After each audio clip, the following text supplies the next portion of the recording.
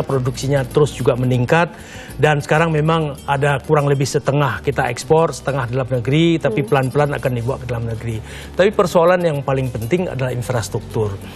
Beda minyak dengan gas, karena gas itu harus diangkut dengan cara tersendiri. Harus ada pipa ya Pak? Harus ada pipa ya, harus ada pipa. Tetapi di Indonesia yang punya pipa hanya 1-2 perusahaan.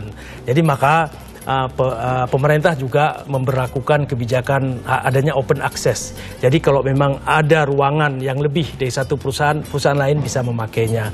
Sehingga gas itu bisa dialirkan ke pengguna. Inilah persoalan yang besar juga di kita sekarang. Bagaimana kita harus mendorong pemanfaatan gas.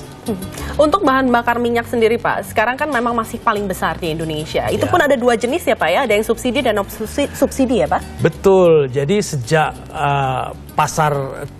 tahun 2006, pasar BBM di Indonesia itu sudah ada 2. Satu BBM subsidi, satu BBM non subsidi. Komposisi penggunaannya sendiri seperti apa Pak? Jadi yang subsidi mungkin itu yang paling banyak dikenal masyarakat luas, tapi yang non subsidi sebenarnya masyarakat luas pun sudah menggunakannya. Industri bukan hanya ya, Pertamax ya, kita naik kapal terbang pakai Aftur, listrik itu semua juga pakai yang non subsidi ya, kapal-kapal laut juga pakai non subsidi. Jadi sebenarnya kita sudah bergaul lah dengan non subsidi, dan itu besarnya sekitar 40%. 40% yang non subsidi.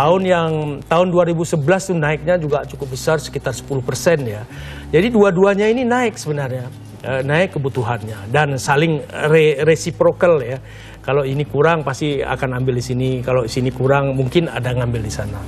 Bagaimana dengan yang subsidi sendiri Pak? Ya, subsidi itu kalau kita lihat selama tahun-tahun ini terus meningkat jumlahnya, dan pada tahun ini